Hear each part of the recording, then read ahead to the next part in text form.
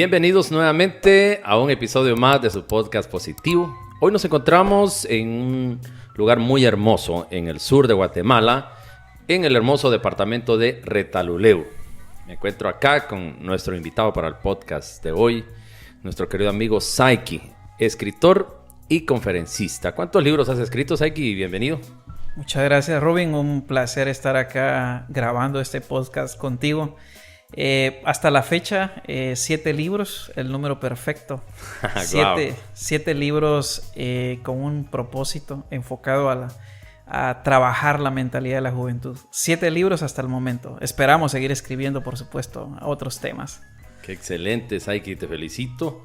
Y estoy seguro que nos vas a aportar muchísimo al podcast de hoy. Este contenido va a estar de muchísimo valor. Así que si recientemente te has conectado por acá, no te cambies, que estoy seguro que nuestro invitado nos va a aportar mucho sobre algunos temas. Dentro de tus libros, creo que el primero que has escrito se llama Un reto para la juventud. Un reto para la juventud. ¿Por qué elegiste ese nombre de reto o estás retando a los jóvenes? Sí, yo considero que el éxito es... lograr el éxito no es fácil, ¿sí? Cualquiera que fuera el éxito. A mí me preguntan, Saiki, ¿cómo hago para triunfar en la vida? ¿Cómo hago para alcanzar el éxito en la vida? Y yo les digo que es una definición que cada ser humano tiene que darse a sí mismo. Para mí el éxito es distinto que para alguien más. Entonces clarifiquemos, conceptualicemos el éxito. Pero en definitiva, cualquiera que sea el éxito que yo persiga, una carrera universitaria, montar una empresa, comprarme una casa, comprarme un automóvil, cualquiera que fuera la meta o el éxito que yo voy a perseguir, definitivamente no es un camino fácil, es un camino de retos. Y mi visión en ese momento para los jóvenes era retarlos a que sigan el camino difícil. Hoy el mundo le está vendiendo una idea de un éxito fácil, ¿sí? Aparece un tipo con una casa grande, un automóvil deportivo y le dice, aquí está el éxito, y fue fácil, ¿no? Solo me grabé unos cuantos videitos y ya me compré el deportivo. Y la juventud de hoy cree que el éxito es fácil, ¿sí? Y a la hora de que él se propone lograr algo en la vida y se da cuenta que es difícil, que es un camino lleno de obstáculos, un camino donde hay que tener una mentalidad fuerte, un camino de esfuerzo, un camino de trabajo duro, se frustra y se decepciona. Entonces, para mí el éxito es un desafío, ¿sí? Entonces, el propósito en ese momento fue desafiarlos a que persiguieran el éxito, pero de una manera en la cual sepan que no es fácil. No hay nada regalado en esta vida, hay que conquistarlo. Por eso se llama el reto. Un reto para la juventud. Exactamente. Y exacto, yo siempre he dicho algo, que el éxito o el emprendimiento no es una carrera de velocidad, sino una carrera de resistencia. Entonces, eso te indica que no es fácil, que hay que resistir, que hay que muchas veces ir contra la corriente, obstáculo tras obstáculo. Y por eso el libro, Un reto para la juventud. Y para ir tocando ahí algunos temas y compartiendo con la gente que nos escucha o que nos ve en YouTube, hay un tema que se llama El escritorio viejo de mi padre en ese libro. ¿Por qué le pusiste ese nombre? He decidido compartir siempre en cada libro algo personal. Yo creo que eso le da un toque distinto a cada libro. Y El escritorio viejo de mi padre es una historia introductoria de un reto a la juventud, donde yo narro mis inicios, ¿sí? De mi transformación. Y los libros fueron parte de esa transformación que yo tuve. Te contaba fuera de cámaras que pues yo vengo de una familia de escasos recursos económicos, muy escasos recursos económicos. Sí, ajá. Cuando hablo de escasos es totalmente escasos. Escasez al máximo. Exacto. No me gusta utilizar la palabra pobre porque todos tenemos una riqueza interna, ¿no? Claro. Pero perfecto. Económicamente era de escasos recursos económicos. Mi papá, sexto de primaria, mamá no sabe leer ni escribir. Pero había algo peculiar. Te decía que cada padre de familia marca la vida de los hijos. Y yo me enfoco en esas huellas positivas que mi papá dejó. Por ejemplo, a pesar de que éramos de escasos recursos económicos, papá compraba algunos libros. Y de vez en cuando yo lo veía estudiar un libro, subrayaba una frase. Y en una ocasión, mira que tengo tan claro, tal vez tenía 12 años, él tomó un libro y me dijo, hijo, lee lo que dice acá. Y lo tenía subrayado y yo leí, varón se nace y hombre se hace en la vida. Esa frase quedó grabada en mi mente, pero lo importante de esto fue el hábito que él me estaba enseñando. Y por X o Y motivo, papá se separa de mi mamá, ¿sí? Yo tenía 14 años y en ese momento de la adolescencia en donde uno más necesita un modelo paternal, un líder que le esté guiando, un líder que dirija esas emociones que uno va experimentando, no lo tuve. Así que yo me convertí en un joven bastante rebelde, un joven bastante violento. Es más, de 15 años para 17 años desarrollé una depresión. En su momento no sabía que yo viví una depresión. Ahora que estudio un poco la psicología, me doy cuenta que viví con una depresión. Yo ya pensaba la forma en que me iba a suicidar. Yo buscaba cómo hacerme daño. Quizá por mis principios no intenté directamente suicidarme, ¿sí? Entonces en ese momento, en ese infierno emocional donde yo no veía una salida, me recordé de algunos principios cristianos, así que decido elevar una oración al Creador donde me indique dónde está la salida.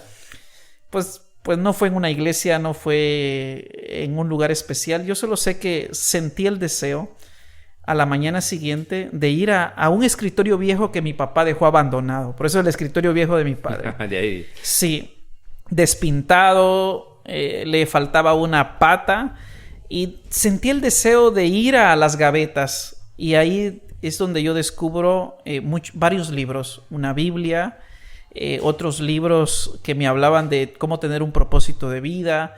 Y yo tengo mi retiro espiritual, personal, con los libros. Me levantaba a leer a las 6 de la mañana, terminaba a medianoche. Estuve una semana y ahí descubro el secreto del cambio, el secreto de la felicidad, el secreto de encontrar el propósito de vida, que es a través de la transformación en la mente. Y si no, ahí vemos en el libro sagrado que dice, y renovaos en el espíritu de vuestra mente. Los psicólogos dicen, cambia tu manera de pensar y cambiarás tu destino. Se oye fácil, ¿sí? Esa transformación, pero no es fácil. Yo lo encontré a través de los libros. Entonces yo siento que en medio de mi tormenta me sentía como un náufrago abandonado en un mar de problemas, ¿sí? Y cuando yo le hablé al Creador, el Creador me lanzó un salvavidas. Los libros fueron mis salvavidas. Ahí tuve esa transformación a través de los libros y yo me puse a pensar, si yo estoy experimentando este cambio mental, ese cambio de depresión, una mente negativa, con una mente de felicidad, una mente de propósito, yo quiero transmitirlo. Ahí nace la idea, pero obviamente queda estancado por unos años. Esa transformación yo la tuve a los 17, 18 años y empiezo a sentir que sí hay una salida, que tengo un propósito de vida, que tengo talentos, que tengo fortalezas y que no nací para ser infeliz, nací para ser feliz, nací para triunfar en la vida. Esa fue la transformación que yo tuve a través del escritorio viejo de mi padre, ¿sí? ¿Qué nivel? ¿De dónde surge realmente ese nombre, la historia que tiene que ver mucho con tu vida y como tus inicios de escritor? ¿Qué te llevó en ese momento a querer compartir de alguna manera lo que te ha pasado, tus inicios, tu proceso con los jóvenes especialmente? Porque veo que tu literatura, bueno, has escrito 7 libros, tocas mucho el tema de la toma de decisiones, por ejemplo, ¿no? Que está dentro de uno de tus primeros libros, Decídete a triunfar. Sí, el primer libro, como te explicaba, es bastante biográfico. El primer tema se llama Metamorfosis. Un amigo me decía, será mentalmorfosis, ¿sí? La transformación en la mente. La palabra metamorfosis significa ir más allá de tu estado actual. Entonces yo comienzo con un cambio de mentalidad y necesito transmitirlo, ¿sí? Nace la idea, no sabía cómo. Quizá no tenía la autoestima correcta en ese momento o las herramientas para para convertirme en un conferencista, porque eso vino a la mente primero, cómo doy una conferencia. Ya posteriormente nace en cómo escribir los libros. Tú me hablas de Decídete a Triunfar, es uno de mis... si no estoy equivocado, es mi cuarto libro. ¿Sí? Son 7 libros, a veces me equivoco un poco en los títulos porque he reimpreso varios. Correcto. Como mi cuarto libro. Decídete a Triunfar está enfocado directamente a la toma de decisiones. Hay personas que creen que el éxito consiste en buena suerte o mala suerte. ¿Sí? Si tengo buena suerte, pues me va a ir bien en el amor, como dicen los chicos, ¿eh? Si tengo buena suerte, me va a ir muy bien en los negocios. Si tengo muy buena suerte, voy a tener éxito en la vida. Y en este libro yo enfoco que no se trata de buena o mala suerte. Se trata de tomar decisiones correctas en la vida, de tomar decisiones sabias en la vida, que al fin y al cabo nosotros somos responsables de nuestro éxito y de nuestra felicidad. De hecho, en ese libro, en ese capítulo, el título que me llama la atención, que dice ¿por qué me va mal en el amor? ¿No? ¿Es algo así?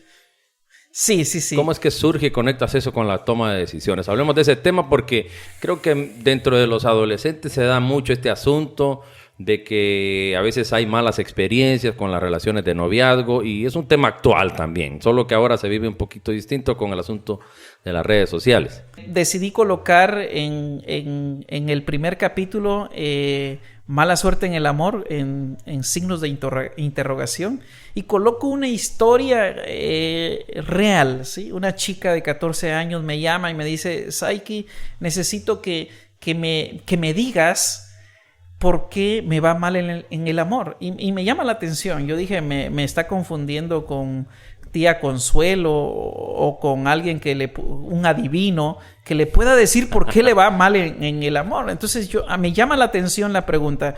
Entonces yo vuelvo e indago. Dime, cuéntame, ¿por qué tú crees que te va mal en el amor? Y ella me dice, mire, es que el primer novio que tuve me sale casado, ¿sí? El segundo igual, el tercero igual. Y yo le pregunto, ¿cómo es que tomas la decisión para decirle sí a un chico? ¿Cómo es que tomas la decisión? Y me doy cuenta que el problema no está en la mala suerte, no está en el destino, está en la forma que ella estaba tomando una decisión. Entonces le doy algunas indicaciones y le digo, no se trata de mala suerte, se trata de tomar decisiones incorrectas. Entonces traslado esta pequeña historia para darle un mensaje a la juventud y decirle, bueno, ¿cómo se toma una decisión? ¿Cuáles son las decisiones más importantes que yo voy a tomar en mi vida? ¿Cómo una decisión puede marcar mi vida? ¿Cómo una decisión puede marcar mi destino? ¿Cómo una sola decisión puede acabar incluso con mi vida, con mi carrera, etcétera? Entonces siento que como padres de familia o como educadores no le enseñamos a la juventud a tomar decisiones. Nos gusta más decirles qué deben hacer, ¿sí? Entonces no desarrollamos el liderazgo en la juventud, en el niño, porque siempre se trata de darles órdenes. Haz esto, haz lo otro, estudia aquello, eso no es bueno, eso no es correcto, pero no le enseñamos a cómo cuando nosotros ya no estemos con ellos, cómo pueden tomar una decisión acertada en su vida. Y para mí eso es liderazgo. Enseñarle a tomar decisiones en la vida a un hijo, enseñarle a tomar decisiones en la vida a un adolescente, es enseñarle a ser líderes, que se vuelvan el capitán de su vida. Tan importante es el tema de las decisiones que comenzamos con algo muy trivial. Porque me va mal en el amor, porque tengo mala suerte en el amor. De eso se trata ahí el capítulo. Por eso decidiste tocar ese tema. Pero sí, me parece interesante y estaba pensando mientras me comentaba sobre esto, sobre las decisiones, ¿no? Porque cometemos ciertos errores. De repente los padres, de repente los educadores y las personas adultas que estamos a cargo, especialmente de los adolescentes, ¿no? Porque tan importantes son las decisiones para su vida, pero la opción 1 es que empezamos muchas veces los padres, los educadores, a decidir por él. No dejamos que tome sus propias decisiones, sino que decidimos nosotros por él. Decidimos qué libros, por ejemplo, debe leer. Los padres prácticamente toman las decisiones por sus hijos. El otro lado, la segunda opción, es que lo ponen a decidir a él, pero no le enseñan cómo decidir. Sí. En este caso, un adolescente tal vez no tiene la experiencia porque ha vivido poco, por qué sé yo, inmadurez en la vida, no tiene la experiencia para tomar decisiones sabias. Pero si yo como padre decido por él, no le estoy permitiendo crecer y madurar. Pero y si lo pongo a decidir, él tampoco tiene la madurez. En este caso lo correcto sería guiarlo. No decidir por él, ni dejarlo solo en sus decisiones, sino guiarlo, acompañarlo en sus decisiones. Pienso que sería como que de alguna manera la forma más correcta, más factible y más efectiva para que no tome decisiones trágicas como muchos lo están haciendo en este día. Sí, yo considero, Robin, que hay una etapa donde uno decide por ellos, ¿sí? Hay una etapa, podríamos decir, de 0 a 11 años, donde vamos guiándolo. Pero hay una etapa donde ya no puedes decirle qué debe hacer. Porque es como el papá que le dice a la jovencita, no quiero que tengas novio. Y no quiero, y es una orden. Y yo le pregunto a los jovencitos, ¿siguen ustedes esa orden? No la van a seguir. Entonces, a veces, como papás o educadores usamos el miedo. Es que si tienes, esta va a ser la consecuencia. Y creemos que el miedo los va a educar. Entonces, ¿qué tenemos que hacer en esa etapa? Es entrenarlos, decirle qué quieres lograr en la vida, tratar de darle una herramienta para que ellos comiencen a tomar sus decisiones. Yo creo que es una etapa donde más se les puede brindar herramientas. Mira, yo sé que vas a tener novio. Ahora, ¿qué características crees que sean las adecuadas? Contame. Entonces, pero ya se ha puesto una base, ¿sí? Una base desde el vientre de la madre a cierta edad donde ya está entrenada para tomar esas decisiones. Porque si somos honestos, nosotros como educadores o como padres simplemente le debemos enseñar a volar a ellos. Porque llegará el momento en que no vamos a estar. Entonces, hay una etapa donde nosotros le dirigimos totalmente la vida, ¿sí? Pero hay otra, a esa etapa se le llama la etapa de la dependencia. Sí, está la siguiente etapa, que está la etapa de la independencia que los adolescentes van buscando.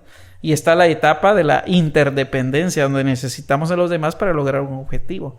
Entonces, la etapa de la dependencia creo que ponemos la base. La etapa de la dependencia ya solo les podemos guiar con herramientas para que tomen decisiones correctas. ¿Sí? Entonces la dependencia sería prácticamente su infancia, su niñez, en el que el niño depende prácticamente de toda la guianza, la cobertura de los padres. Uh-huh. Luego está la independencia, cuando la persona ya es adulta y se separa de los padres a formar un hogar. Pero de la niñez, o sea, es decir, de la dependencia a la adultez, la independencia, hay un puente que es la adolescencia. Uh-huh. Y ahí está el problema. Porque al adolescente no le gusta que le digan lo que tiene que hacer, ni le gusta que decidan por él. Pero el padre quiere que el adolescente, el hijo, haga lo que ellos quieren. Entonces, ¿cómo crear ahí un puente, una conexión en la que sea un poco más fácil para el padre guiar a su hijo en este caso, y que tal vez no haga en sí todo lo que él quiere que haga, pero que no se meta tanto en problemas por la toma muchas veces de malas decisiones? Dentro de mi conocimiento, yo siento que el problema muchas veces no son los hijos. Creo que el problema somos nosotros los papás. A veces somos papás con una mentalidad muy rígida, ¿sí? Hay que saber que hay una rebeldía natural en los adolescentes. Y ahí es donde nosotros los papás tenemos que tener la paciencia correcta, la mentalidad correcta. Y hay una rebeldía antinatural. Y yo creo que los papás nos asustamos con la rebeldía natural de los hijos. Que eso es natural. Es normal. ¿Qué adolescente no es rebelde? Sí, es normal. No, haz la limpieza. No quiero hacer la limpieza, ¿no? ¿Sí? Es natural que no quiera hacer la limpieza. Es que hay que apagar el teléfono a tal hora, ¿sí? Pues yo no quiero, y rompe la regla, ¿sí? Entonces, ¿cómo poder tener la paciencia y poder educar con mente fría en ese momento? Porque a veces los padres nos extralimitamos en la disciplina. Hay 3 niveles en disciplinar a un hijo. El primer nivel es llamar la atención, ¿sí? El segundo nivel es el castigo. Castigo, te quito esto, te quito lo otro, no te compro. Y está el tercer nivel, que es el nivel que los psicólogos no quieren y que tal vez me voy a meter en problemas. Es el nivel de aplicar un castigo físico. Hay muchos que obviamente van a criticar esto. Pero ese último nivel es el extra límite, es el que llega al límite, ¿no? Es cuando vemos a un hijo que realmente vemos que se va a meter ya en problemas, que esté atentando contra su vida. Pero yo siento que no se debe llegar a eso si se hace un buen trabajo desde la niñez, ¿sí? No se llega al castigo físico, no se llega a que el hijo va a quedar totalmente perdido si se hace un buen trabajo en la base. Recordemos de que 0 a 5 años se forma la base del carácter. Sí, a los 17 años se forma la personalidad. El ser humano va a dirigir su vida, el resto de su vida va a tomar decisiones en base a lo que ya formó. ¿Puede modificar su personalidad? ¿Puede modificar su carácter? Claro. Alguien dijo, árbol que crece torcido jamás se endereza. Eso es una gran mentira. Nosotros no somos árboles, somos seres humanos. Podemos seguir construyéndonos, modificándonos, pero ahí ya entra la toma de conciencia de cada ser humano. Ya no tenemos a papá, ya no tenemos al profesor, pero tomo la conciencia que hay algo que debo cambiar y puedo cambiar, puedo modificar. Pero todo viene a que los padres de familia a veces somos los rígidos. Sí, somos los rígidos. A veces corregimos al adolescente con un prejuicio, ¿sí? Yo creo que ya la etapa de la adolescencia es la etapa de la confianza. Y digo, creo que el papá se asusta porque piensa que no hizo un buen trabajo y está asustado y cree que se va a meter en problemas. Y quizá no. O sea, a veces nos dejamos llevar por el entorno, por cómo se están dando las cosas y la mente se asusta, el papá se asusta y a veces corrige de manera poco flexible al adolescente. Y ahí ya creamos una desconexión con los hijos y ya los hijos ya no confían, ya no llegan a confiar con nosotros, ¿sí? Bueno, es un tema que hay que hablar. Es muy amplio, porque estamos en un extremo en donde el papá no confía para nada en el hijo o en la hija y no hay permisos para nada, no hay libertad para nada y se está imaginando cosas que de repente su hija puede hacer pero que tampoco las ha hecho. Y está el otro extremo en el que hay una confianza total, hay una flexibilidad total y la cuerda, no sé, se la dan y puede hacer que todas esas cosas que no queremos que sucedan lleguen a suceder por la falta también de disciplina, por la falta, porque uno a veces necesita que alguien también le jale las orejas. Entonces, es un tema muy amplio. Sí. Pueden dar una o las dos cosas. Necesitamos un equilibrio. Ni llegar al libertinaje, pero tampoco llegar a la opresión, ¿sí? La opresión nunca va a funcionar. Es como que tú te metas a una regadera, ¿sí? Y tomes el jabón y entre más apretas al jabón de baño, ¿qué sucede? ¿Sí? Te resbala ese. Se te escapa de las manos. Hay muchos papás que están oprimiendo demasiado porque están corrigiendo con el miedo, con algo que quizá nunca va a suceder. Entonces presionan demasiado al hijo que al final termina sucediendo lo que no quieren que suceda, ¿sí? Yo creo que la libertad vamos cediéndola a los hijos dependiendo de su comportamiento, de su mentalidad, ¿sí? No podemos corregir a nuestros hijos por el error que cometió el hijo de la vecina o el vecino, ¿sí? ¿Sí? Los papás corregimos a los hijos o no les damos la confianza por los errores que están cometiendo los demás y eso no es justo. Y el hijo dice, eso no es justo porque la vecinita se embarazó, ahora mi mamá no me deja ir al parque con mis amigos, ¿sí? Entonces se rebelan a la opresión. Entonces creo que los papás tenemos que corregir con equilibrio y con justicia, ¿no? Perfecto. Me gusta, ya que estás hablando del tema de la corrección y ese proceso que mencionaste del paso 1, que sería el llamado de atención del padre hacia el hijo. El paso 2 mencionaste el castigo. Ajá. Y en el paso 3 mencionaste que el siguiente sería, en este caso, el castigo físico. Sí, ese sería el límite, ¿no? En el paso 2, como solo mencionaste el castigo, me gustaría que nos hablaras qué tipo de castigo podría recomendar o podríamos hablar de qué tipo de castigo después del llamado de atención que serían previos al tercero, que sería el castigo físico, que es el último recurso que se recomienda. Que sean valientes los papás y que le corten el wifi, ¿no? Queda a discreción lo que el papá va a hacer con el hijo de acuerdo a la edad y de acuerdo a la etapa. Es complicado ser padre. No tengo el privilegio aún de ser padre. Tú sí tienes el privilegio de ser padre. Pero todo lo que dices, hablando del tema del miedo que muchas veces el padre tiene no al hijo, sino a la reacción del hijo, al castigo que a la disciplina que pueda aplicarle a su hijo.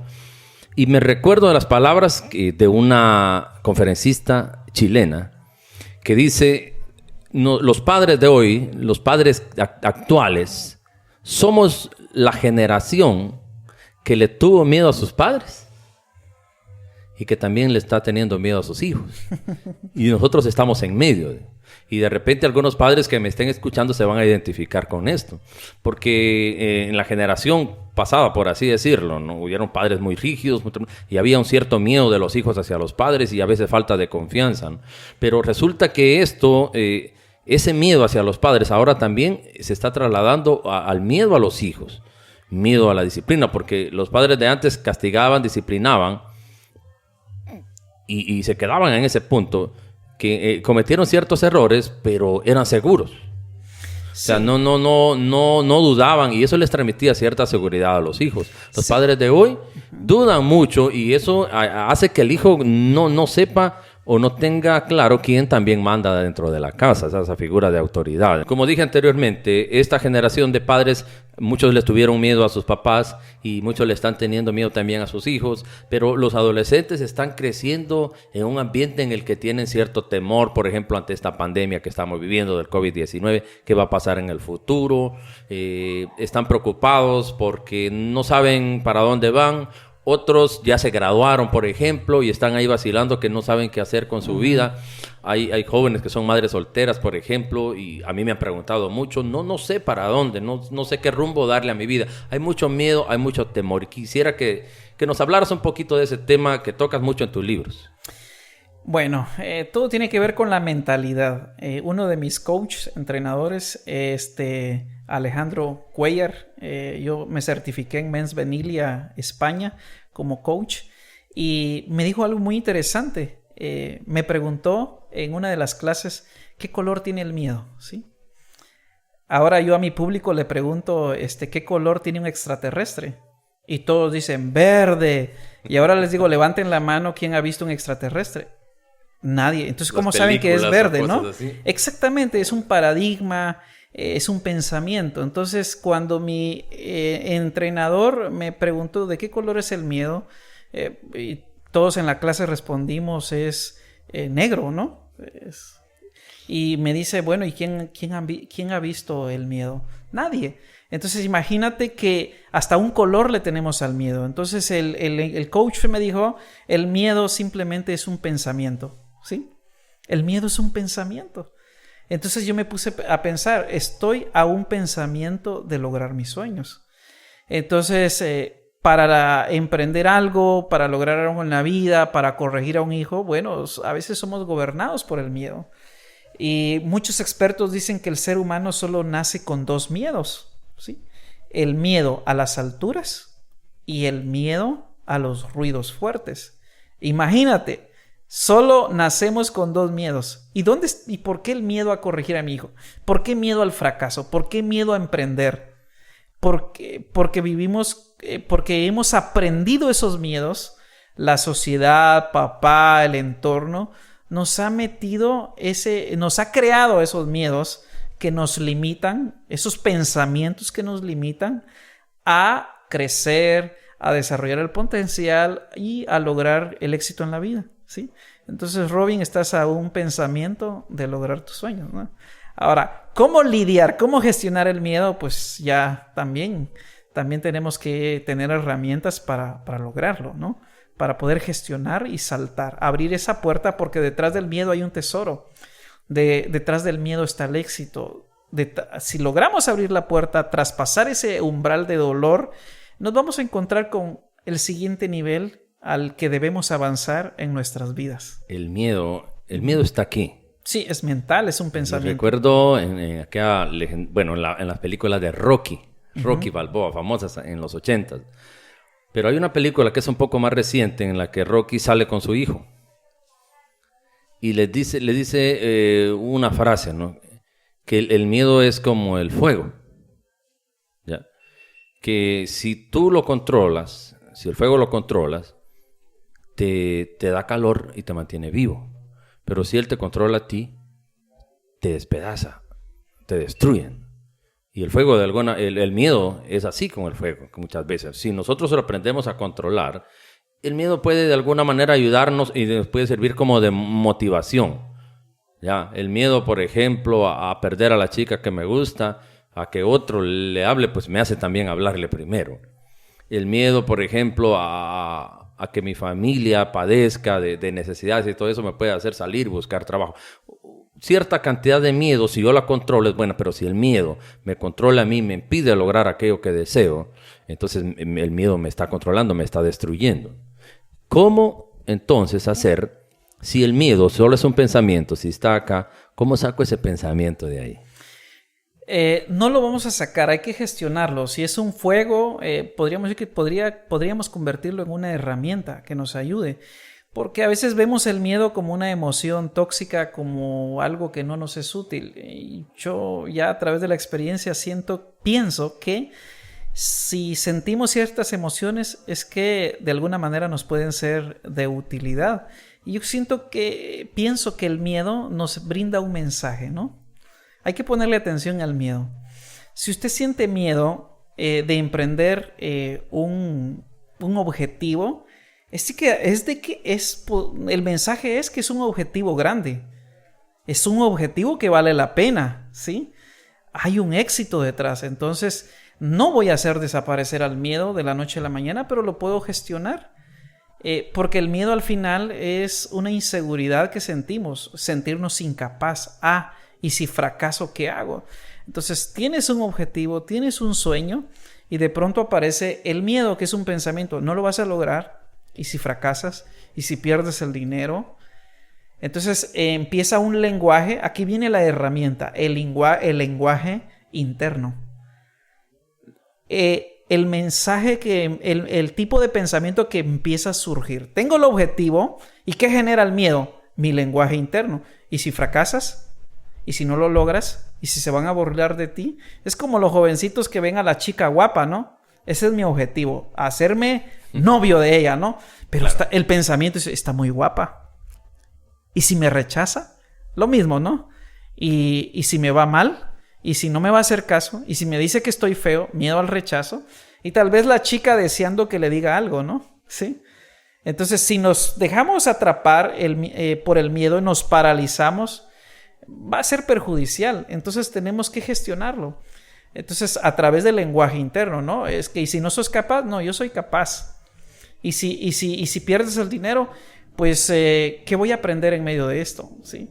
Me llamó la atención una investigación que hicieron sobre las personas que han logrado mucho éxito en la vida y descubrieron que la palabra fracaso no existe en la mente de ellos. Solo existe experiencia de aprendizaje, ¿sí? Entonces, han reemplazado un pensamiento. Entonces su lenguaje interno no gira alrededor del miedo fatalista, sino que gira alrededor que voy a aprender, ¿sí? ¿Cómo puedo lograrlo? Qué bueno está eso. Sí, no existe el miedo no existe el pensamiento de fracaso. Solo le dan vuelta, reemplazan la palabra experiencia de aprendizaje. ¿Qué puedo aprender en medio de esto? Entonces el miedo nos lanza un mensaje que es un objetivo grande, entonces debo prepararme, ¿sí? ¿Cómo me preparo para tener éxito? Oiga, que no dije cómo me preparo para fracasar, porque ese ya es un lenguaje interno negativo. ¿Cómo hago para prepararme y no tener el fracaso? Entonces, no, hay que saber utilizar el lenguaje interno. ¿Cómo hago entonces para tener éxito? ¿Sí? Entonces, ya, ¿cómo hago para tener éxito? Es un lenguaje que me capacita y que me potencializa. Entonces, el secreto para gestionar el miedo está en cómo manejar mi lenguaje interno, ¿sí? Lo que yo me digo cuando me propongo un sueño en la vida. Y ahí podemos hablar un montón de cosas. Pero una herramienta es el lenguaje interno. ¿Qué se dice usted a sí mismo cuando quiere empezar algo? La mente, con sus paradigmas y con lo que nos han enseñado, dice, no lo vas a lograr, no vas a poder. Y vivimos un dolor emocional, ¿sí?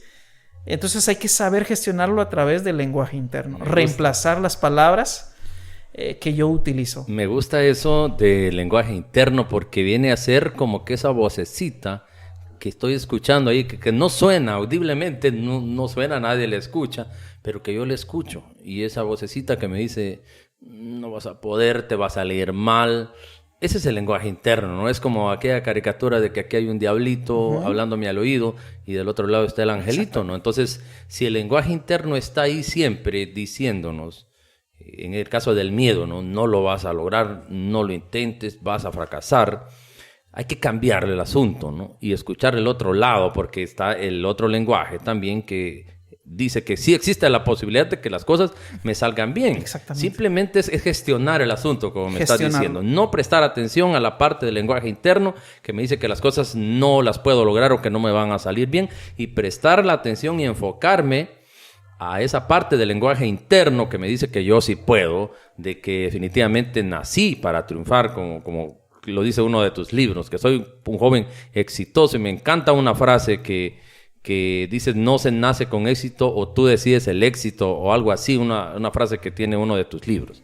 Sí, el éxito es una elección. ¿Sí? Es una elección. Es una elección. Ahora, volviendo al lenguaje interno, ¿no? Entonces el primer paso para lidiar o gestionar con el miedo es tomar conciencia de lo que yo me digo. El segundo paso es gestionarlo. La mente viene y dice, no lo vas a lograr.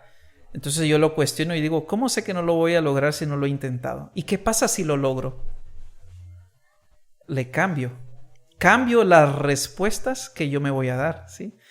Es que, y si fracasas, bueno, ¿cómo hago para lograr, cómo me preparo para lograr el éxito en esto, ¿sí?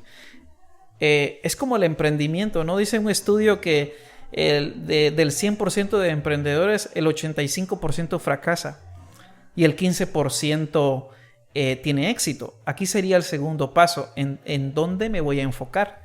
Vas a empezar un sueño, un emprendimiento, lo que sea, y dices, 85% han fracasado, entonces yo estoy entre el 85%, te ataca el miedo y ya ni siquiera comienzas. Entonces, ¿en dónde te enfocas? Como coach, yo te diría, enfócate en el 15%. Investiga el 15%. ¿Qué han hecho? ¿Qué ha hecho ese 15%? ¿Qué acciones, qué estrategias han utilizado para tener éxito? Si te enfocas en el 85%, ni vas a comenzar porque el miedo al fracaso te va a paralizar. Pero si te enfocas en el 15%, entonces te va a abrir las posibilidades para que tú sí comiences y encuentres las estrategias para lograr el sueño o para emprender y tener éxito en ese emprendimiento. Es uno de los temas que te más enseñas y que tratas en tus libros, el emprendimiento, y que acá entre yo y el emprendimiento, volviendo al asunto, está el miedo, ¿no? El miedo a fracasar, que es el que separa a un emprendedor del que no lo es. ¿Qué separa a un emprendedor del que no lo es? El miedo al fracaso, porque el emprendedor no le tiene miedo a fracasar, mientras que el que no es emprendedor tiene miedo a fracasar. Pero enséñanos un poco más de ese tema del emprendimiento, porque creo que es algo que hoy en día estamos viendo que la gente quiere intentarlo, quiere salir de ahí, quiere mejorar su economía, tiene sueños, pero ¿cómo lograr? ¿Cómo un emprendedor joven que quiere salir adelante en la vida, qué podrías aconsejarle o ayudar a este tipo de jóvenes? Muy bien, primero voy a retomar un poquito no concluí sobre el miedo que tiene la juventud hacia el futuro por esta crisis. Okay. Todo tiene que ver con la mentalidad. Creo que necesitamos hoy en día, como educadores y como padres de familia, formar una mentalidad fuerte, una mentalidad ganadora en los chicos, ¿sí?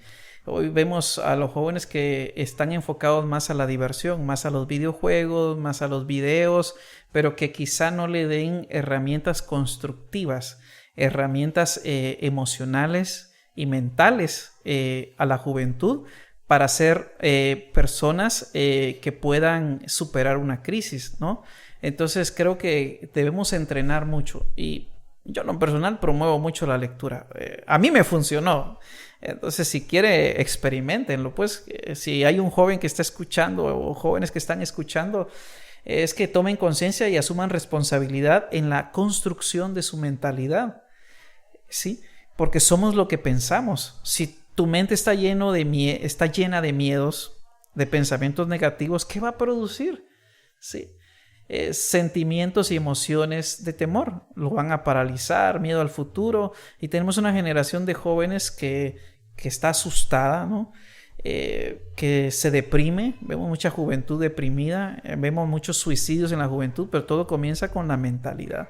Entonces mi mensaje para los jóvenes es: tomen la responsabilidad en la construcción de su mentalidad, que están viendo, que están escuchando, y que comiencen a meterse a la cabeza pensamientos que les sean de utilidad y que les potencialicen, ¿sí? Para mí esa sería una recomendación. Ahora, con respecto al emprendimiento, caemos igual a que la juventud a mí me educaron: hijo, estudie duro para que cuando se gradúe consiga un buen empleo. Yo no sé si ustedes escucharon ese cliché, ¿no? Y hay mucho joven que le están enseñando eso: hijo, estudie duro para que cuando se gradúe consiga un gran empleo. Discúlpenme, pero eso es una gran mentira. No hay empleos. Veamos la estadística de empleos. Yo hace unos años vi una estadística sobre los empleos y creo que había un plan de gobierno donde el objetivo era lograr crear 50,000 empleos nuevos en esa etapa de gobierno, y que las empresas privadas cada año, entre los empleos nuevos, ellos creaban 35,000.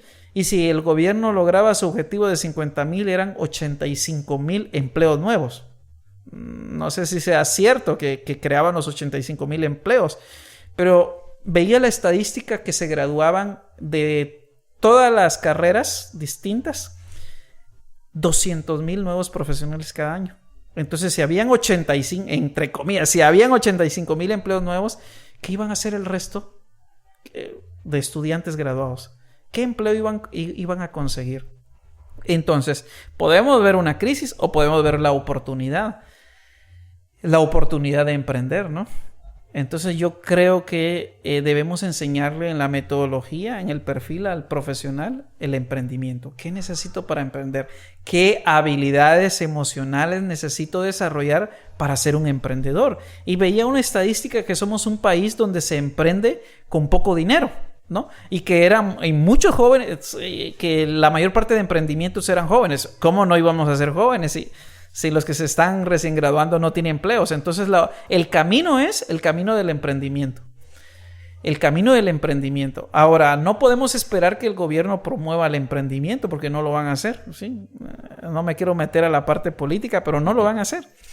Entonces, ¿qué hago? Entonces me quedo yo como joven, como una víctima de la sociedad. Pobrecito, ¿sí? El gobierno no me ayuda. El sistema educativo no me entrenó para ser un emprendedor. Entonces, ¿qué? Pobrecito de mí, nadie me quiere, todos me odian, mejor me como un gusanito, víctima, me escondo y voy a fracasar. No. Tenemos que asumir responsabilidad. La juventud, yo los desafío, asuman responsabilidad. No me entrenaron en el instituto para ser un emprendedor. El gobierno no me ayuda para ser un emprendedor. Pero no hay excusas. Tenemos un mundo en internet donde nos podemos preparar para ser un emprendedor. Tenemos un montón ahí, tenemos una gran universidad en el internet, si lo utilizamos de buena manera, porque hoy los jóvenes utilizan el internet para la diversión, ¿sí? Ajá. Hoy vivimos en un mundo donde los jóvenes tienen grandes ventajas, pero también tienen grandes desventajas, ¿sí? Grandes ventajas es que tienen el internet, tenemos un mundo, una gran ventana donde nos podemos educar. Si en el instituto y en mi casa no me educaron para ser un emprendedor, tengo una gran universidad en el internet para educarme para ser un emprendedor. Esa es una gran ventaja. La desventaja es que puedo utilizar la gran ventana solo para diversión y para convertirme en un consumidor más de ese mundo. Entonces, si nos convertimos en consumidores, no le vamos a sacar provecho al internet, ¿sí? Pero si vemos como una oportunidad para educarme y para aprender a emprender, entonces se vuelve una ventaja para mi vida. Entonces, el mensaje para la juventud es: asuman responsabilidad Y prepárense para emprender, porque ese cliché de hijo, estudia duro para que cuando te gradúes consigas un buen empleo, para mí no es una realidad aquí en Guatemala. Quizá para otros países europeos, quizás sea una realidad, pero en nuestro país no es una realidad. Es por eso vemos muchos jóvenes que están migrando a otro país, porque no hay empleos y no estoy entrenado para emprender. ¿Qué hago? No, me voy a Estados Unidos, porque me consigo un empleo por ahí y ahí sí gano dólares y lo mando para Guatemala. Pero siento que hay un tercer camino, ¿sí? El camino del emprendimiento, donde debemos prepararnos, y creo que el sistema educativo tiene que meterse mucho a eso, y el gobierno abrir más posibilidades para los jóvenes emprendedores. Ese es el camino para convertirnos en personas productivas y que el país también sea más productivo. Eso pasa hoy en día. No ha pasado casi siempre. Pero analicemos esos puntos, porque un adolescente se gradúa y se encuentra con que no hay empleos. Es el problema número uno. Uh-huh. Segundo, quisiera emprender algo, poner un negocio, pero no tengo dinero para ponerlo. Entonces, entre la espada y la pared, emigro a Estados Unidos, porque allá sí hay trabajos, hay empleo, pero nadie va buscando ir a emprender algo allá. Si no puedo aquí, tampoco piensen hacerlo, porque el mismo tipo de mentalidad llevan. Entonces, si yo decido quedarme, porque ahorita se está dando la situación, ¿no? Muchos niños incluso están emigrando, están viajando.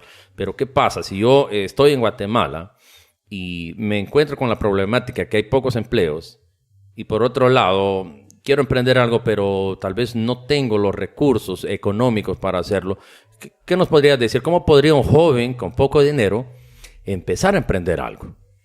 Sí, todo viene, lo primero es trabajar en el campo de la mente.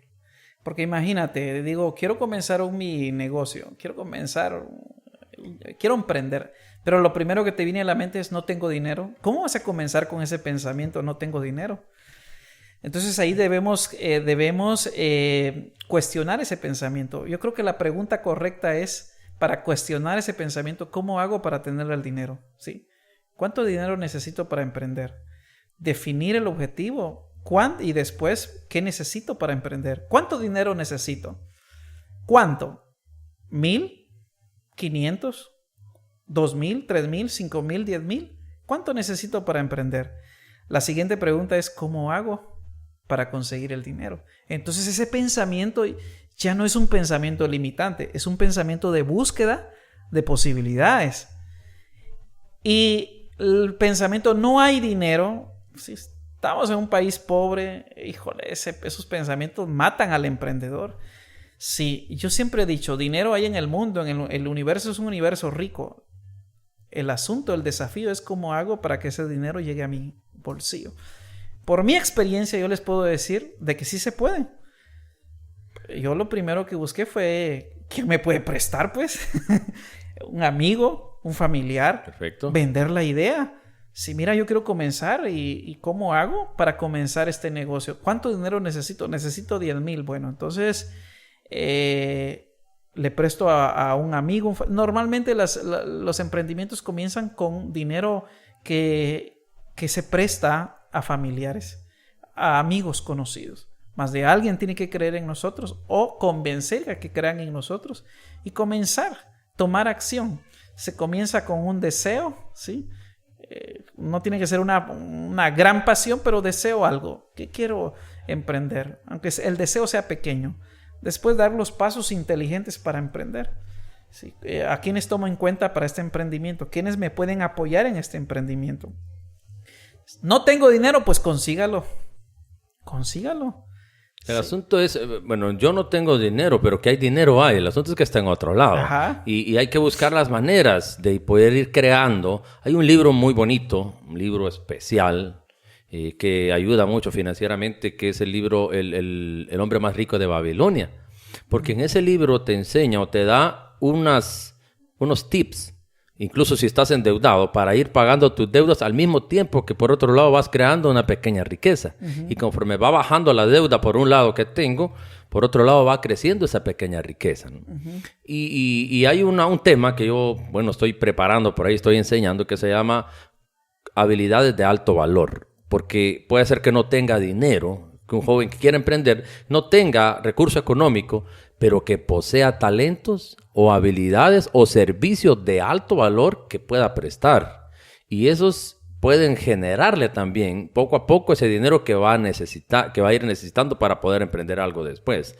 Por ejemplo, ¿qué tipos de habilidades de alto valor yo puedo ofrecer a las personas para poder conseguir el dinero que necesito? En mi caso, por ejemplo, la parte artística. Si yo sé tocar un instrumento o si sé tocar varios instrumentos, yo puedo enseñar a personas a aprender, que deseen aprender ese arte, y en base a mi enseñanza, pues yo cobrar. Entonces voy generando por ahí una pequeña cantidad de dinero y voy ahorrando para una futura inversión de después emprender algo un poquito más grande, ¿no? Entonces el arte es algo, hay mucha gente que nace con cierto talento natural y que posee un arte y puede prestar el servicio. O por otro lado, aparte del arte está un oficio. Y un oficio, si la persona perfecciona el oficio que sabe hacer, se convierte también en una habilidad de alto valor. O como último recurso, puede ir a trabajar en cualquier parte y prestar cierto servicio, aunque sea sencillo, y ir generando una pequeña cantidad de dinero que le va a servir después para emprender. Entonces, el asunto está en desarrollar habilidades de alto valor, que pienso que sería como que el primer paso que nos puede ayudar a generar esa cantidad de dinero que a veces nos hace falta para poder emprender algo. Sí, yo escuché la historia de un joven guatemalteco, no se me viene a la mente el nombre exacto, pero que fue despedido. Estaba en la universidad y le dijeron, bueno, ya no puedes, o la universidad o el trabajo. Entonces él dijo, la universidad, lo despidieron, y dice que él no tenía dinero. Y llegó un amigo y le prestó 300 quetzales. Oiga, el emprendimiento, no con mucho, sino 300 quetzales. Y él sabía que si se terminaban los 300 quetzales, se terminaba el capital que tenía en el momento. Entonces, ¿cómo hago para invertirlo? Y se dio cuenta que las personas cuando iban rumbo a su trabajo, no les daba tiempo para comer en casa y tampoco para sentarse en un restaurante o en un comedor y desayunar. Entonces él decidió un día estaba comiendo cereal y un poco de fruta y se dio cuenta que era una comida muy nutritiva.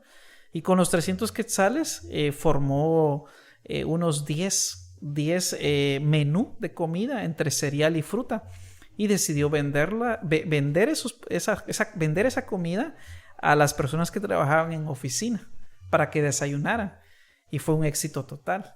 Entonces vendió los 10 desayunos, recuperó el dinero, y al siguiente día eran 20 desayunos, y ahora vende más de 300 desayunos a diario, ¿sí? Wow. Entonces con 300 quetzales. Entonces ese de no tengo dinero creo que se convierte en la excusa perfecta para no comenzar, ¿sí? Entonces creo que no hay excusas, podemos comenzar, podemos conseguir. La clave es ponerse en acción en este caso.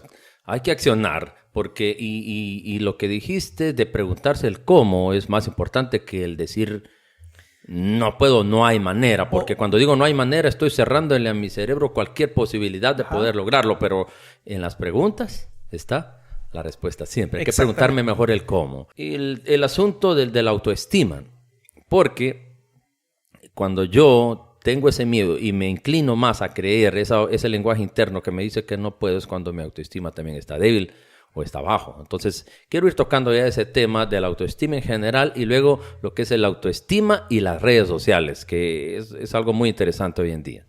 Sí, voy a comenzar hablando sobre la autoestima, una pequeña historia que escuché. La historia de la rana del mar y la rana del pozo. Me encanta esa historia. Cuenta la leyenda que la rana del mar decide visitar a su amiga la ranita del pozo. Dice que camina durante una semana saltando, muy cansada, llega al bosque y ahí hay un pozo abandonado y ahí vive su amiga. Llega al pozo, saluda a su amiga la ranita. Y la ranita del pozo tenía la curiosidad. Ella nunca había salido de su pozo, nunca había salido del bosque, así que tenía una gran curiosidad de cómo es el mar. Y cuando llega la ranita del mar, muy emocionada, le pregunta: hermana, mira, yo quiero que me cuentes cómo es el mar. Cuéntame, ¿el mar es la cuarta parte de mi pozo? Y la ranita del mar se comienza a reír. No, amiga, le dice, no, es mucho más grande. No puede ser. Se queda sorprendida la ranita del pozo. Ni modo, pregunta, ni modo que el mar es la mitad de mi pozo, ¿sí? Y la ranita del mar se comienza a reír. No, amiga, es más grande, le dice. No lo puedo creer, dice con admiración nuevamente la rana del pozo. Ni modo que el mar es del tamaño de mi pozo, ¿sí? Imagínense. Y la ranita de mar se ríe de nuevo. No, amiga, mira, es que el mar es mucho más grande. La ranita del pozo se queda pensando, no puede ser, hijo. No puede ser que el mar sea mucho más grande que mi pozo. Eso, dice la ranita del pozo, tengo que verlo con mis propios ojitos de ranita, ¿no? Vámonos a la mañana siguiente al mar. Quiero verlo. No puede ser. O sea, no puede ser, ¿sí? Y dice que muy emocionadas las dos ranitas comienzan a saltar y ya cansadas salen del bosque, caminan, saltan y cuenta la historia que cuando la ranita del pozo vio el mar, fue tanta su impresión que le explotó la cabeza, ¿sí? Fue tanta la impresión que le explotó la cabeza. No lo podía creer. Entonces yo aplico esta historia con los jóvenes y le digo, si tú te dieras cuenta de lo que eres capaz de hacer, te explotaría la cabeza, ¿sí? Ahora, el problema de la autoestima, recuerda que la autoestima es un profundo sentimiento que yo tengo de mi persona, es lo que yo siento. Y al final volvemos con el pensamiento. Si yo me siento incapaz, si yo no creo que pueda triunfar en la vida, yo me veo como un fracasado, definitivamente ese pensamiento genera el sentimiento y obviamente me va a limitar al logro de mis objetivos o de mis sueños. Entonces, ¿cómo aumentar mi autoestima? Galileo Galilei dijo que la mayor sabiduría consiste en conocerse a sí mismo. El asunto es si mi autoestima está alta o está baja, porque hay muchos factores que son los que más afectan la autoestima y dentro de ellos creo que uno de los principales o quizá el más que viene a afectar mi autoestima es la autoimagen. Hay mucha gente que no está de acuerdo con su imagen, con su apariencia física y esto destroza muchas veces la autoestima y crea ciertos complejos y veo que en tus libros tratas de la autoimagen. Entonces, ¿cómo nos podrías apoyar un poco hablando sobre eso? La palabra autoimagen es como crear una pintura sobre mí mismo, ¿no? Y me encanta la historia que leí hace mucho tiempo y que la plasmé en mis libros, en uno de mis libros. Es la historia de un pintor que visita una ciudad y que va a realizar una exposición de sus obras de arte. Y va caminando por una calle principal cuando un pordiosero extiende la mano y le pide una limosna. El artista se le queda viendo y le dice, oye, quiero hacer un trato contigo. Quiero hacer un negocio contigo. Quiero que me permitas a que haga un retrato, ¿sí? Un retrato de tu persona y te voy a pagar muy buena plata, ¿no? Te voy a pagar muy bien. El limosnero dice, bueno, no tengo nada que perder, solo me pongo y que me dibuje, ¿no? Sirvo de modelo. Y lo lleva a un estudio improvisado y comienza a retratarlo, ¿sí? Horas más tarde termina y el pordiosero está con deseos de saber cómo ha quedado, ¿no? Como cuando uno se toma una foto, le toman una foto en el teléfono y dice, a ver, quiero ver cómo quedé. Aunque hayan 10 ahí en la foto, él quiere ver cómo quedó él, no cómo quedó los demás, ¿no? El pordiosero dice, por favor, permíteme, quiero ver cómo quedé en la pintura. Cuando el pordiosero ve la pintura, dice que se sorprende y le pregunta al pintor, ¿ese soy yo? A lo que obviamente el pintor había hecho algunos arreglos, le había colocado una ropa fina, un traje elegante, le había quitado la barba en la pintura, lo había peinado muy bien. Entonces el limosnero se sorprende y dice, ¿ese soy yo? A lo que el pintor le responde, ese puedes llegar a ser, ¿sí? Entonces la autoimagen es como una percepción como realizar una pintura sobre mi persona, cómo me veo a mí mismo. Y ahí es donde decidimos, si nos enfocamos en nuestras fortalezas, vamos a tener una buena percepción de nosotros mismos. O nos enfocamos en la percepción que tienen los demás sobre mí. Porque definitivamente, si nos dejamos llevar por lo que los demás piensan de nosotros, vamos a tener una versión equivocada de nosotros mismos. Entonces tenemos que decidir en dónde nos vamos a enfocar. En si yo me conozco a mí mismo, conozco mis fortalezas, si tengo una percepción, una autoimagen positiva de mi persona, o decido enfocarme en lo que los demás piensan o dicen de mi persona. Y si nuestra autoimagen está construida a base de lo que dicen los demás o piensan los demás de mí, pues definitivamente me voy a convertir en un esclavo de lo que los demás piensan o dicen de mi persona. Porque yo siempre he pensado y he dicho que hoy usted puede ser el superhéroe para los demás. Hoy le pueden decir: Robin, qué excelente podcast. Robin, me encanta tu proyecto. Robin, eres un gran emprendedor. Y usted dice, su autoestima dice: no, pues claro, soy el mero de aquí, ¿no? Pero mañana usted se puede convertir en el villano de la película de esa persona. Ese podcast no va a tener éxito. No, sí, qué mal hablas ahí. Te hace falta, Robin, ¿no? Y entonces ya mañana somos el villano de la película, y si nos dejamos guiar por esa percepción, entonces vamos a ser esclavos emocionales de esas personas. Entonces tenemos que conocernos a nosotros mismos, tenemos que identificar nuestras fortalezas y tenemos que enfocarnos en ello para tener una autoimagen positiva sobre nosotros. Excelente. Hay una frase, eso tiene mucho que ver lo que dices con lo que enseña el doctor Peale, Norman Vincent Peale, en un libro que se llama ¿Por qué algunos pensadores positivos obtienen resultados poderosos? Dice: lo que otros piensen de ti no es ni la mitad de importante como lo que tú pienses de ti mismo.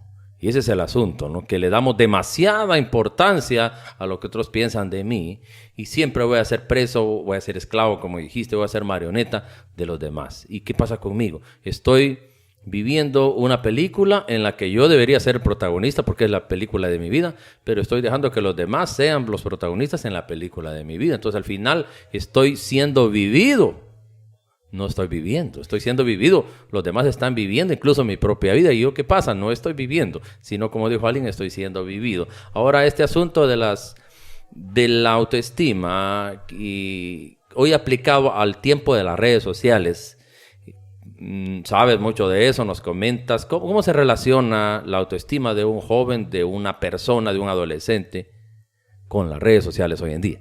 Sí, como decía anteriormente, hoy la juventud está viviendo en un mundo de ventajas, ¿sí? Que si no las gestiona bien se van a convertir en desventajas. Entonces hoy las redes sociales, el internet, nos venden una idea de quiénes son las personas exitosas, de quiénes son los líderes, ¿no? Quiénes son esas personas que logran éxito en la vida.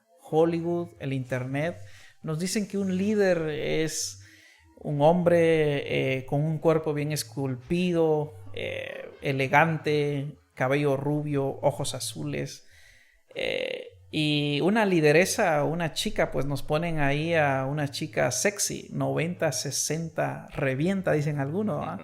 Y nos dicen, aquí están las lideresas y aquí están los líderes. Estos son las mujeres y estos son los hombres que tienen éxito en la vida. Y si nos vemos desde nuestra perspectiva, nuestra cultura, entonces ¿cómo voy a tener éxito yo en la vida? ¿Cómo me voy a volver un líder yo si apenas mido 1,55 m, 58 m? Yo creo que en mi caso yo digo 1,60 m, pero creo que es 1,58 m. Tengo que aceptar esa realidad, ¿no? Y soy moreno, no soy rubio, ¿no? Sí, no tengo esas características físicas que el internet, Hollywood o las redes sociales me dicen que debo tener para tener éxito en la vida.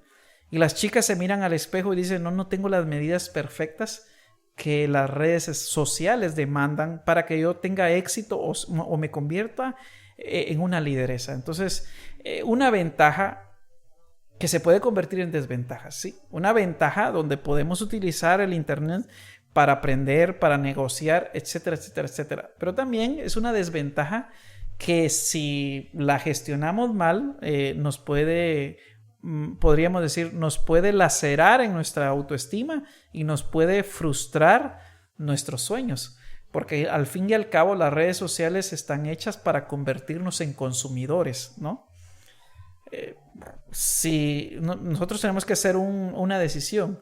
O utilizamos las redes sociales, el internet, para convertirnos en gente productiva, jóvenes productivos, aprendemos marketing digital, aprendemos a cómo utilizar las redes para vender, para generar, o simplemente tomamos las redes sociales, el internet, como un entretenimiento, pero que al final nos va a afectar mental y psicológicamente en nuestra forma de ver la vida. Porque decía al principio que vemos muchos personajes que nos venden un éxito fácil, ¿sí? Un éxito de la noche a la mañana, ¿sí? Que obviamente ellos contaron con ciertos factores que les ayudó a tener ese éxito, pero que quizá no se va a repetir con nosotros. Entonces tenemos que poner los pies sobre la tierra, de definir nuestro éxito y definir mi éxito de acuerdo a mis fortalezas, de acuerdo a mi propósito de vida, y trabajar en base a ello, pero no dejarme afectar por el éxito que me vendan y por las ideas sobre el éxito o el concepto de belleza que me están vendiendo a mí, ¿no? Debo tener mucha sabiduría y ahí hay que entrenar a la juventud para tener mucha sabiduría en cómo convertir las redes sociales en una ventaja. Las redes sociales como un factor productivo para mí, para aprender o para negociar, pero no para entretenerme y para dejarme guiar únicamente por el concepto que el mundo me está vendiendo a través del internet. Hay que tener muchísimo cuidado. Sí. Como dijiste, las redes sociales me venden cierta imagen. Todo el mundo ve, por ejemplo, que la chica que tiene un cuerpazo, que está delgada, por ejemplo, ¿no? Tiene más seguidores, es más famosa, entonces yo quiero ser como ella, tengo que estar flaca y todo eso, y me doy cuenta porque existe la anorexia, que es un trastorno de la autoimagen, que tiene que ver con la distorsión de la forma en la que la persona tiene una obsesión por su delgadez, y que viene también a ser como un trastorno de la conducta alimentaria, pero que la anorexia se creía que era un tema del pasado, que ya no estaba afectando, pero hoy en día está volviendo a aparecer. Hay muchos adolescentes, especialmente chicas, que están cayendo en la anorexia, en la bulimia, que tienen problemas ya serios y están desarrollando un trastorno de este tipo. Y está apareciendo por lo mismo, porque hay una obsesión por la delgadez, porque ven que la chica que tiene más seguidores, que es más influyente, y de hecho también todo adolescente hoy quiere ser influencer, todo el mundo quiere ser seguido, pero no quiere seguir a nadie. Todos esos factores, ¿no? Todo el mundo quiere tener más like y están buscando la manera de parecerse a sus influencers favoritos, y están dañando su autoestima, están cayendo en conductas que no son productivas, que al contrario son destructivas, y que no fortalecen su autoestima, dañan su autoestima. Entonces hay que tener mucho cuidado. Sí, yo creo que recordemos que la adolescencia, los adolescentes están en la etapa de la construcción de su personalidad, y hay una pregunta muy, muy clave, que es ¿quién soy? ¿Sí? Entonces la juventud está construyendo su propia identidad, y a esa pregunta ¿quién soy? Las redes sociales les contestan quién deben ser, ¿sí? Y nos dejamos vender ese concepto de quiénes debemos ser.